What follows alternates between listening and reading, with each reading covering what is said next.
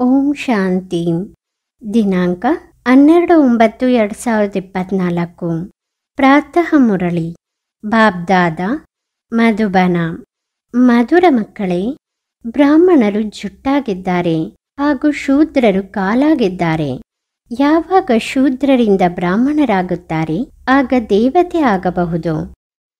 ಬ್ರಾಹ್ಮಣರು ಜುಟ್ಟಾಗಿದ್ದಾರೆ ಹಾಗೂ ಶೂದ್ರರು ಕಾಲಾಗಿದ್ದಾರೆ. ಯಾವಾಗ ಶೂದ್ರರಿಂದ ಬ್ರಾಹ್ಮಣರಾಗುತ್ತಾರೆ ಆಗ ದೇವತೆ ಆಗಬಹುದು. ಪ್ರಶ್ನೆ: ನಿಮ್ಮ ಶುಭ ಭಾವನೆ ಏನು? ಅದನ್ನು ಮನುಷ್ಯ ವಿರೋಧ ಮಾಡುತ್ತಾನೆ. ನಿಮ್ಮ ಶುಭ ಭಾವನೆ ಏನು? ಅದನ್ನು ಮನುಷ್ಯ ವಿರೋಧ ಮಾಡುತ್ತಾನೆ. ಉತ್ತರ: ನಿಮ್ಮ ಶುಭ ಭಾವನೆ ಈ ಹಳೆಯ ಜಗತ್ತು ಸಮಾಪ್ತಿಯಾಗಿ ಹೊಸ ಜಗತ್ತು ಸ್ಥಾಪನೆ ಆಗಲಿ ಎಂದು. ಅದಕ್ಕಾಗಿ ನೀವು ಈ ಹಳೆಯ ಜಗತ್ತಿನ ಈಗ ವಿನಾಶ ಆಯಿತೆಂದರೆ ಆಯಿತು ಎಂದು ನೀವು ಹೇಳುತ್ತೀರಿ. ಇದನ್ನು ಮನುಷ್ಯ ವಿರೋಧ ಮಾಡುತ್ತಾನೆ. ಪ್ರಶ್ನೆ: ಈ ಇಂದ್ರ ಸಭೆಯ ಮುಖ್ಯ ನಿಯಮವೇನು? ಉತ್ತರ: ಯಾರೊಬ್ಬ ಪತಿತ ಶೂದ್ರರನ್ನು ಈ ಇಂದ್ರ ಸಭೆಗೆ ಕರೆತರಬಾರದು. ಒಂದು ವೇಳೆ ಯಾರನ್ನಾದರೂ ಕರೆತಂದರೆ ಅವರ ಮೇಲೆ ಪಾಪ ಹತ್ತುತ್ತದೆ. ಓಂ ಶಾಂತಿ.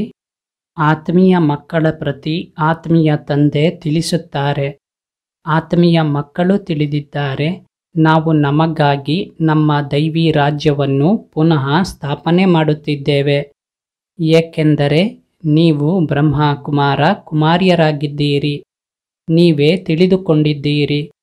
ಆದರೆ ಮಾಯೆ ನಿಮ್ಮನ್ನು ಸಹ ಮರೆಸಿಬಿಡುತ್ತದೆ.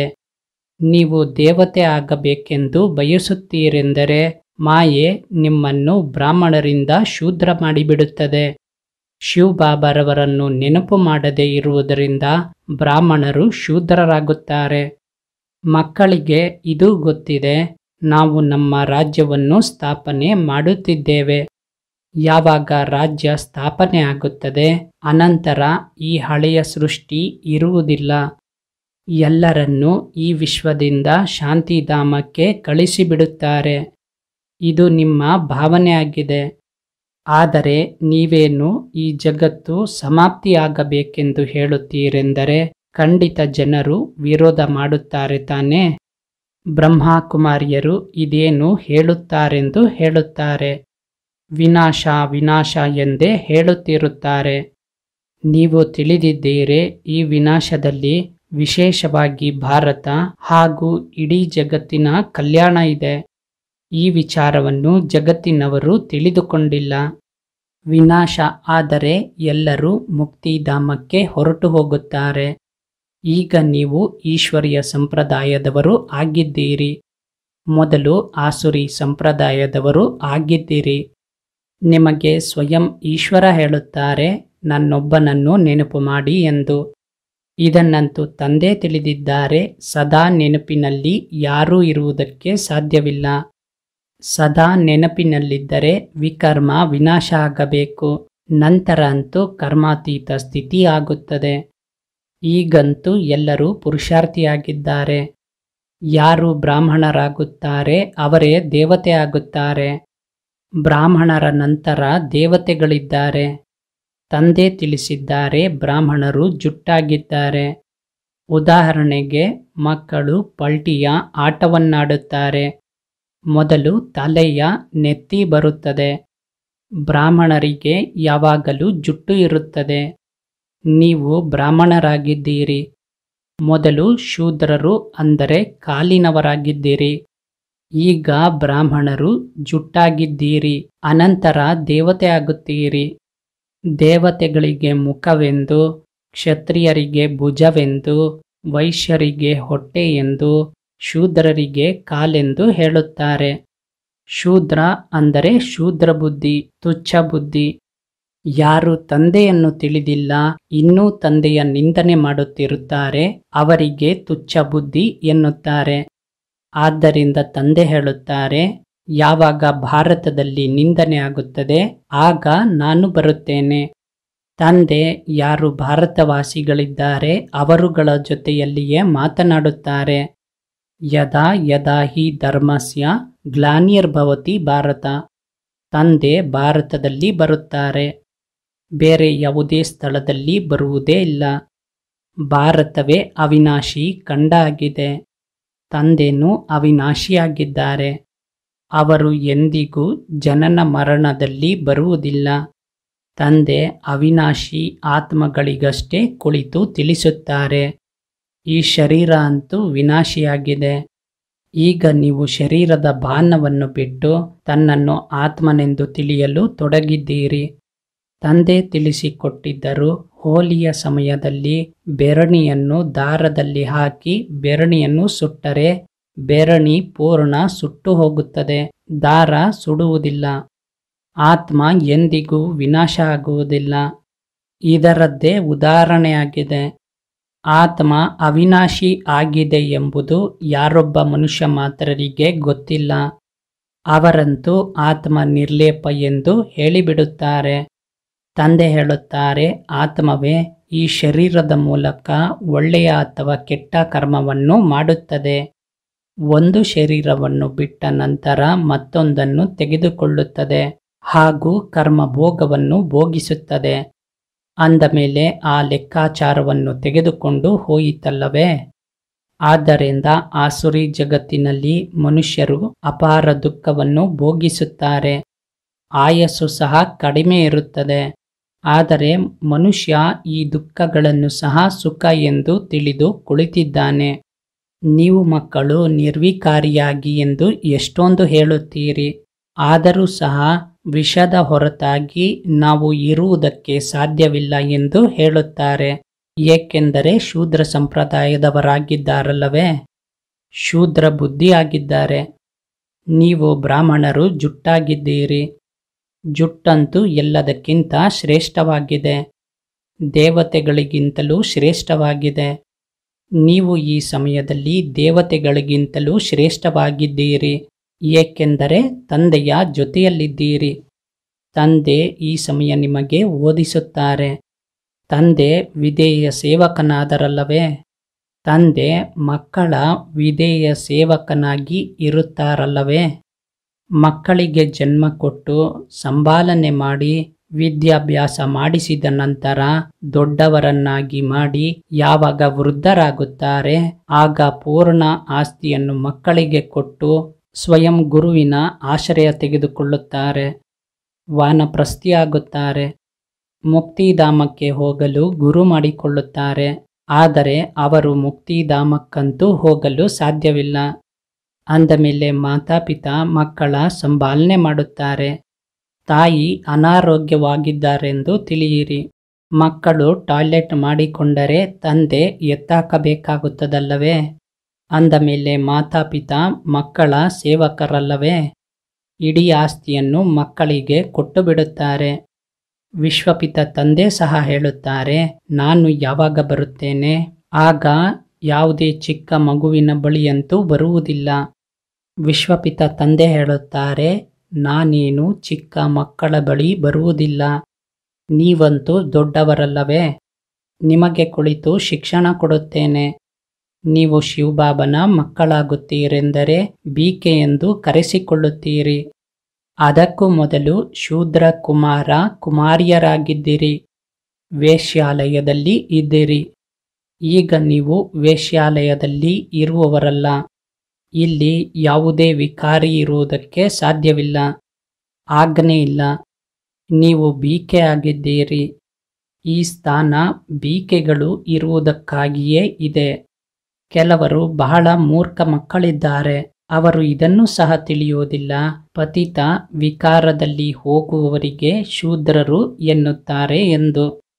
ಅವರುಗಳಿಗೆ ಇಲ್ಲಿ ಇರುವುದಕ್ಕೆ ಆಜ್ಞೆ ಇಲ್ಲ, ಬರುವುದಕ್ಕೆ ಸಾಧ್ಯವಿಲ್ಲ. ಇಂದ್ರ ಸಭೆಯ ವಿಚಾರ ಅಲ್ಲವೇ?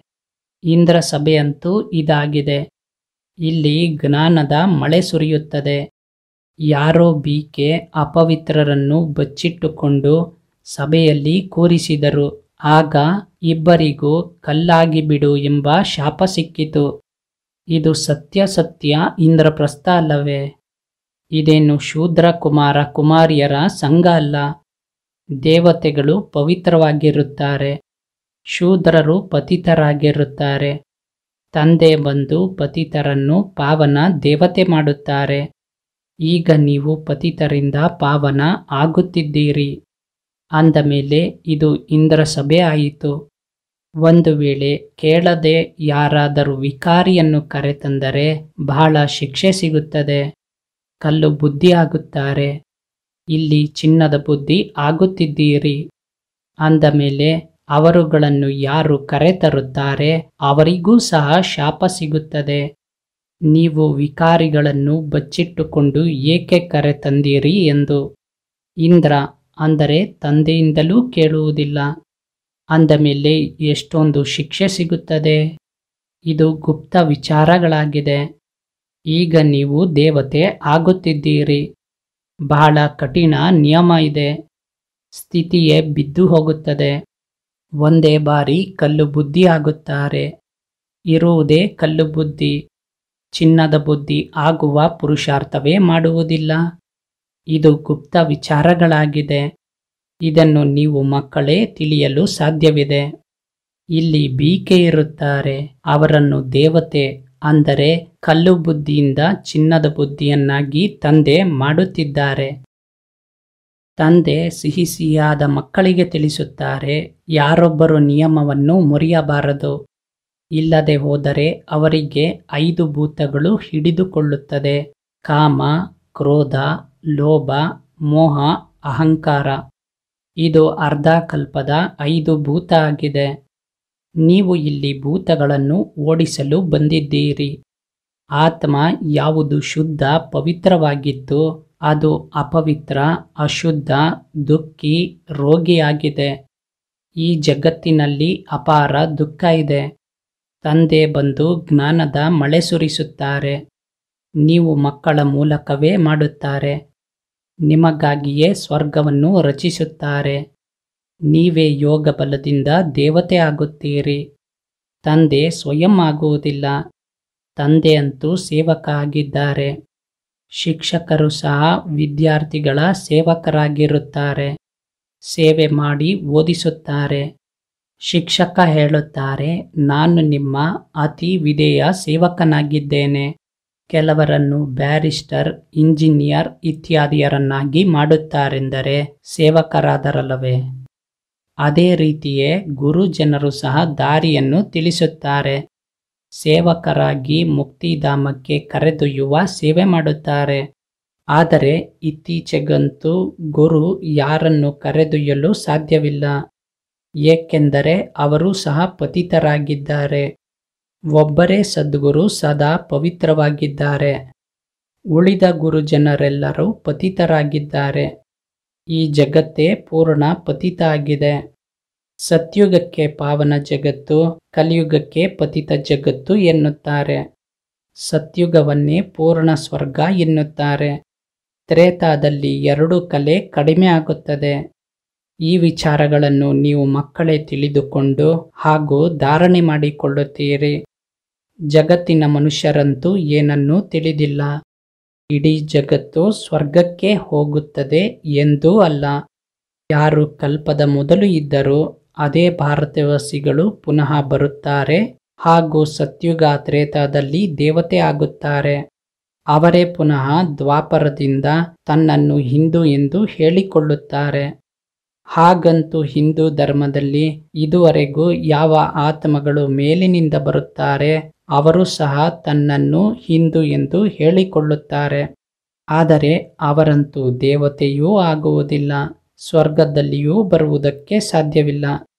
ಅವರು ಎಷ್ಟೇ ಆದರೂ ದ್ವಾಪರದ ನಂತರ ತನ್ನ ಸಮಯದಲ್ಲಿ ಬರುತ್ತಾರೆ ಹಾಗೂ ತನ್ನನ್ನು ಹಿಂದೂ ಎಂದು ಹೇಳಿಕೊಳ್ಳುತ್ತಾರೆ. ನೀವೇ ದೇವತೆ ಆಗುತ್ತೀರಿ. ನಿಮ್ಮದು ಆದಿಯಿಂದ ಅಂತ್ಯದವರೆಗೂ ಪಾತ್ರ ಇದೆ. ಇದು ಡ್ರಾಮಾದಲ್ಲಿ ದೊಡ್ಡ ಯುಕ್ತಿಯಾಗಿದೆ. ಅನೇಕರ ಬುದ್ಧಿಯಲ್ಲಿ ಕುಳಿತುಕೊಳ್ಳುವುದಿಲ್ಲ. ಆಗ ಶ್ರೇಷ್ಠ ಪದವಿಯನ್ನು ಸಹ ಪಡೆಯಲು ಸಾಧ್ಯವಿಲ್ಲ. ಇದು ಸತ್ಯನಾರಾಯಣನ ಕಥೆಯಾಗಿದೆ. ಅವರಂತೂ ಸುಳ್ಳು ಕಥೆಯನ್ನು ತಿಳಿಸುತ್ತಾರೆ. ಅದರಿಂದ ಯಾರೂ ಲಕ್ಷ್ಮಿ ಅಥವಾ ನಾರಾಯಣ ಆಗುವುದಿಲ್ಲ. ಇಲ್ಲಿ ನೀವು ಪ್ರಾಕ್ಟಿಕಲ್ನಲ್ಲಿ ಆಗುತ್ತೀರಿ. ಕಲಿಯುಗದಲ್ಲಿ ಇರುವುದೆಲ್ಲ ಸುಳ್ಳು, ಸುಳ್ಳಿನ ಮಾಯೆ, ಸುಳ್ಳಿನ ಕಾಯೆ ಇತ್ಯಾದಿ. ರಾವಣ ರಾಜ್ಯ ಇರುವುದೇ ಸುಳ್ಳು.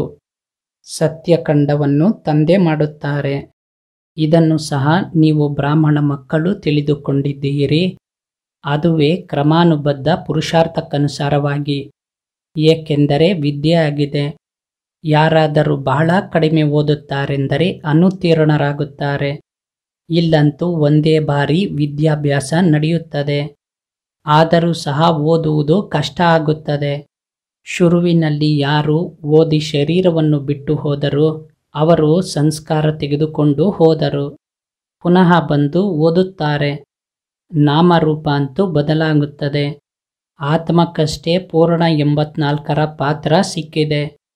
ಅದು ಭಿನ್ನ ಭಿನ್ನ ನಾಮ ರೂಪ ದೇಶ ಕಾಲದಲ್ಲಿ ಪಾತ್ರವನ್ನು ಅಭಿನಯಿಸುತ್ತದೆ. ಇಷ್ಟು ಚಿಕ್ಕದಾದ ಆತ್ಮ, ಅದಕ್ಕೆ ಎಷ್ಟೊಂದು ದೊಡ್ಡ ಶರೀರ ಸಿಗುತ್ತದೆ. ಆತ್ಮ ಅಂತೂ ಎಲ್ಲದರಲ್ಲೂ ಇರುತ್ತದಲ್ಲವೇ. ಇಷ್ಟು ಚಿಕ್ಕದಾದ ಆತ್ಮ ಇಷ್ಟು ಚಿಕ್ಕದಾದ ಸೊಳ್ಳೆಯಲ್ಲಿಯೂ ಇದೆ. ಈ ಎಲ್ಲ ವಿಚಾರಗಳು ಬಹಳ ಸೂಕ್ಷ್ಮ, ಅರ್ಥ ಮಾಡಿಕೊಳ್ಳುವ ವಿಚಾರ ಆಗಿದೆ. ಯಾವ ಮಕ್ಕಳು ಇದನ್ನು ಚೆನ್ನಾಗಿ ತಿಳಿಯುತ್ತಾರೆ ಅವರು ಮಾಲೆಯ ಮಣಿಯಾಗುತ್ತಾರೆ. ಉಳಿದವರಂತೂ ಹೋಗಿ ಪಿಡುಗಾಸಿನ ಪದವಿಯನ್ನು ಪಡೆಯುತ್ತಾರೆ. ಈಗ ನಿಮ್ಮ ಈ ಹೂದೋಟ ತಯಾರಾಗುತ್ತಿದೆ. ಮೊದಲು ನೀವು ಮುಳ್ಳಾಗಿದ್ದಿರಿ. ತಂದೆ ಹೇಳುತ್ತಾರೆ, ಕಾಮವಿಕಾರದ ಮುಳ್ಳು ಬಹಳ ಕೆಟ್ಟದಾಗಿದೆ. ಅದು ಆದಿ ಮಧ್ಯ ಅಂತ್ಯ ದುಃಖ ಕೊಡುತ್ತದೆ. ದುಃಖದ ಮೂಲ ಕಾರಣವೇ ಕಾಮವಿಕಾರ ಆಗಿದೆ. ಕಾಮವಿಕಾರವನ್ನು ಗೆಲ್ಲುವುದರಿಂದಲೇ ಜಗಜ್ಜೀತರಾಗುತ್ತೀರಿ.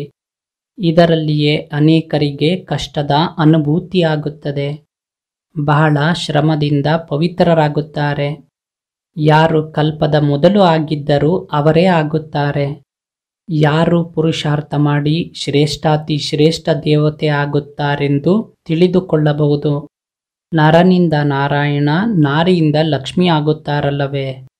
ಹೊಸ ಜಗತ್ತಿನಲ್ಲಿ ಸ್ತ್ರೀ ಪುರುಷ ಇಬ್ಬರು ಪಾವನರಾಗಿದ್ದರು. ಈಗ ಪತಿತರಾಗಿದ್ದಾರೆ. ಪಾವನರಾಗಿದ್ದಾಗ ಸತೋಪ್ರಧಾನರಾಗಿದ್ದರು. ಈಗ ತಮೋಪ್ರಧಾನರಾಗಿದ್ದಾರೆ. ಇಲ್ಲಿ ಇಬ್ಬರು ಪುರುಷಾರ್ಥ ಮಾಡಬೇಕು. ಈ ಜ್ಞಾನವನ್ನು ಸನ್ಯಾಸಿಯರು ಕೊಡಲು ಸಾಧ್ಯವಿಲ್ಲ. ಅವರ ಧರ್ಮವೇ ಬೇರೆ, ನಿವೃತ್ತಿ ಮಾರ್ಗದ್ದು. ಇಲ್ಲಿ ಭಗವಂತನಂತೂ ಸ್ತ್ರೀ ಪುರುಷ ಇಬ್ಬರಿಗೂ ಓದಿಸುತ್ತಾರೆ. ಇಬ್ಬರಿಗೂ ಹೇಳುತ್ತಾರೆ, ಈಗ ಶೂದ್ರರಿಂದ ಬ್ರಾಹ್ಮಣರಾಗಿ ಅನಂತರ ಲಕ್ಷ್ಮೀನಾರಾಯಣರಾಗಬೇಕು. ಎಲ್ಲರಂತೂ ಆಗುವುದಿಲ್ಲ. ಲಕ್ಷ್ಮೀನಾರಾಯಣರ ರಾಜ್ಯವಂಶ ನಡೆಯುತ್ತದೆ. ಅವರುಗಳು ರಾಜ್ಯವನ್ನು ಹೇಗೆ ಪಡೆದುಕೊಂಡರು, ಇದನ್ನು ಯಾರೂ ತಿಳಿದಿಲ್ಲ.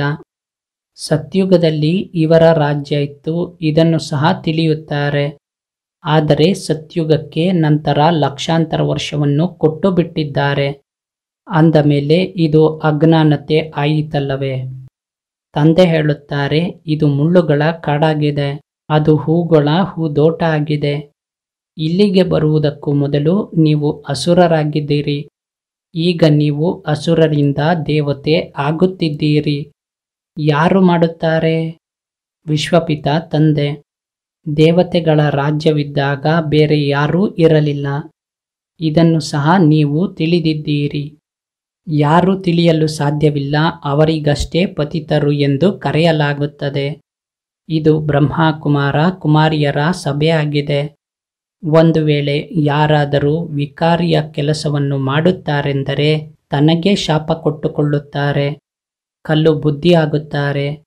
ಚಿನ್ನದ ಬುದ್ಧಿ, ನರನಿಂದ ನಾರಾಯಣ ಆಗುವಂಥವರಂತೂ ಅಲ್ಲ ಎಂಬ ಪ್ರೂಫ್ ಸಿಗುತ್ತದೆ. ಹೋಗಿ 3rd ಗ್ರೇಡ್ ದಾಸ ದಾಸಿಯರಾಗುತ್ತಾರೆ. ಈಗಲೂ ಸಹ ರಾಜರುಗಳ ಬಳಿ ದಾಸ ದಾಸಿಯರಿದ್ದಾರೆ. ಕೆಲವರ ಹಣ ಮಣ್ಣಿನಲ್ಲಿ ಸೇರಿ ಹೋಗುತ್ತದೆ, ಕೆಲವರದ್ದು ಸರ್ಕಾರ ತೆಗೆದುಕೊಳ್ಳುತ್ತದೆ ಎಂಬ ಗಾಯನ ಇದೆ. ಬೆಂಕಿಯ ಸಿಡಿಮದ್ದುಗಳು ಸಹ ಬರುತ್ತದೆ. ಅಂದ ಮೇಲೆ ವಿಷದ ಸಿಡಿಮದ್ದುಗಳು ಸಹ ಬರುತ್ತದೆ. ಮೃತ್ಯು ಅಂತೂ ಖಂಡಿತ ಬರಬೇಕು. ಎಂತೆಂತಹ ವಸ್ತುಗಳನ್ನು ತಯಾರಿ ಮಾಡುತ್ತಿದ್ದಾರೆಂದರೆ ಮನುಷ್ಯನಿಗೆ ಯಾವುದೇ ಅಸ್ತ್ರ ಇತ್ಯಾದಿಯ ಅವಶ್ಯಕತೆ ಇರುವುದಿಲ್ಲ. ಅಲ್ಲಿಯೇ ಕುಳಿತು ಆ ರೀತಿ ಬಾಂಬ್ಸ್ ಎಸೆಯುತ್ತಾರೆ. ಅದರ ಗಾಳಿ ಹರಡುತ್ತಿದ್ದಂತೆ ತಕ್ಷಣ ಸಮಾಪ್ತಿ ಮಾಡಿಬಿಡುತ್ತದೆ. ಇಷ್ಟೊಂದು ಕೋಟ್ಯಾಂತರ ಮನುಷ್ಯರ ವಿನಾಶ ಆಗಬೇಕು, ಕಡಿಮೆ ವಿಚಾರ ಆಯಿತೇನೋ? ಸತ್ಯುಗದಲ್ಲಿ ಬಹಳ ಕಡಿಮೆ ಮಂದಿ ಇರುತ್ತಾರೆ. ಉಳಿದವರೆಲ್ಲರೂ ಶಾಂತಿಧಾಮಕ್ಕೆ ಹೋಗುತ್ತಾರೆ. ಅಲ್ಲಿ ನಾವಾತ್ಮಗಳು ಇರುತ್ತೇವೆ. ಸುಖಧಾಮದಲ್ಲಿ ಸ್ವರ್ಗ ಇದೆ, ದುಃಖಧಾಮದಲ್ಲಿ ಇದು ನರಕ ಇದೆ. ಈ ಚಕ್ರ ತಿರುಗುತ್ತಿರುತ್ತದೆ. ಪತಿತರಾಗುವುದರಿಂದ ದುಃಖಧಾಮ ಆಗುತ್ತದೆ. ಅನಂತರ ತಂದೆ ಬಂದು ಸುಖಧಾಮಕ್ಕೆ ಕರೆದೊಯ್ಯುತ್ತಾರೆ. ಪರಮಪಿತ ಪರಮಾತ್ಮ ಈಗ ಸರ್ವರ ಸದ್ಗತಿ ಮಾಡುತ್ತಿದ್ದಾರೆಂದರೆ ಖುಷಿಯಾಗಬೇಕಲ್ಲವೇ? ಮನುಷ್ಯ ಭಯಪಡುತ್ತಾನೆ. ಮೃತ್ಯುವಿನಿಂದಲೇ ಗತಿ ಸದ್ಗತಿ ಆಗಬೇಕು ಎಂದು ತಿಳಿಯುವುದಿಲ್ಲ. ಒಳ್ಳೆಯದು. ಮಧುರಾತಿ ಮಧುರ ಅಗಲಿ ಸಿಕ್ಕಿರುವ ಮಕ್ಕಳ ಪ್ರತಿ ಮಾತಾಪಿತಾ ಬಾಬ್ದಾದಾರವರ ನೆನಪು, ಪ್ರೀತಿ ಹಾಗೂ ಸುಪ್ರಭಾತ. ಆತ್ಮೀಯ ಮಕ್ಕಳಿಗೆ ಆತ್ಮೀಯ ತಂದೆಯ ನಮಸ್ಕಾರ. ಆತ್ಮೀಯ ತಂದೆಗೆ ಆತ್ಮೀಯ ಮಕ್ಕಳ ನಮಸ್ಕಾರಗಳು. ಧಾರಣೆಗಾಗಿ ಮುಖ್ಯ ಸಾರ. ಹೂದೋಟಕ್ಕೆ ಹೋಗಲು ಒಳಗಡೆ ಯಾವ ಕಾಮಕ್ರೋಧದ ಮುಳ್ಳು ಇದೆ ಅದನ್ನು ತೆಗೆದುಹಾಕಬೇಕು. ಶಾಪ ಸಿಗುವಂತಹ ಯಾವುದೇ ಕರ್ಮವನ್ನು ಮಾಡಬಾರದು. 2. ಸತ್ಯಖಂಡದ ಮಾಲೀಕರಾಗಲು ಸತ್ಯನಾರಾಯಣನ ಸತ್ಯ ಕಥೆಯನ್ನು ಕೇಳಬೇಕು ಹಾಗೂ ತಿಳಿಸಬೇಕು. ಈ ಸುಳ್ಳು ಖಂಡದಿಂದ ದೂರ ಸರಿಯಬೇಕು. ವರದಾನ: ಲೈಟ್ನ ಆಧಾರದ ಮೇಲೆ ಜ್ಞಾನ ಯೋಗದ ಶಕ್ತಿಗಳನ್ನು ಪ್ರಯೋಗ ಮಾಡುವಂತಹ ಪ್ರಯೋಗಶಾಲಿ ಆತ್ಮ ಆಗಿರಿ. ಲೈಟ್ನ ಆಧಾರದ ಮೇಲೆ ಜ್ಞಾನ ಯೋಗದ ಶಕ್ತಿಗಳನ್ನು ಪ್ರಯೋಗ ಮಾಡುವಂತಹ ಪ್ರಯೋಗಶಾಲಿ ಆತ್ಮ ಆಗಿರಿ. ಯಾವ ರೀತಿ ಪ್ರಕೃತಿಯ ಲೈಟ್ ವಿಜ್ಞಾನದ ಅನೇಕ ಪ್ರಕಾರದ ಪ್ರಯೋಗವನ್ನು ಪ್ರಾಕ್ಟಿಕಲ್ನಲ್ಲಿ ಮಾಡಿ ತೋರಿಸುತ್ತದೆ, ಅದೇ ರೀತಿ ತಾವು ಅವಿನಾಶಿ ಪರಮಾತ್ಮ ಲೈಟ್, ಆತ್ಮಿಕ ಲೈಟ್ ಹಾಗೂ ಜೊತೆಗೆ ಪ್ರಾಕ್ಟಿಕಲ್ ಸ್ಥಿತಿಯ ಲೈಟ್ನ ಮೂಲಕ ಜ್ಞಾನ ಯೋಗದ ಶಕ್ತಿಗಳ ಪ್ರಯೋಗ ಮಾಡಿ. ಒಂದು ವೇಳೆ ಸ್ಥಿತಿ ಹಾಗೂ ಸ್ವರೂಪ ಡಬಲ್ ಲೈಟ್ ಆಗಿದ್ದರೆ ಪ್ರಯೋಗದ ಸಫಲತೆ ಬಹಳ ಸಹಜವಾಗುತ್ತದೆ. ಯಾವಾಗ ಪ್ರತಿಯೊಬ್ಬರು ಸ್ವಯಂನ ಪ್ರತಿ ಪ್ರಯೋಗದಲ್ಲಿ ತರುತ್ತೀರಿ, ಆಗ ಪ್ರಯೋಗಶಾಲಿ ಆತ್ಮಗಳ ಶಕ್ತಿಶಾಲಿ ಸಂಘಟನೆ ತಯಾರಾಗುತ್ತದೆ. ಸ್ಲೋಗನ್: ವಿಘ್ನಗಳ ಅಂಶ ಹಾಗೂ ವಂಶವನ್ನು ಸಮಾಪ್ತಿ ಮಾಡುವವರೇ ವಿಘ್ನ ವಿನಾಶಕರಾಗಿದ್ದಾರೆ. ವಿಘ್ನಗಳ ಅಂಶ ಹಾಗೂ ವಂಶವನ್ನು ಸಮಾಪ್ತಿ ಮಾಡುವವರೇ ವಿಘ್ನ ವಿನಾಶಕರಾಗಿದ್ದಾರೆ. ಓಂ ಶಾಂತಿ.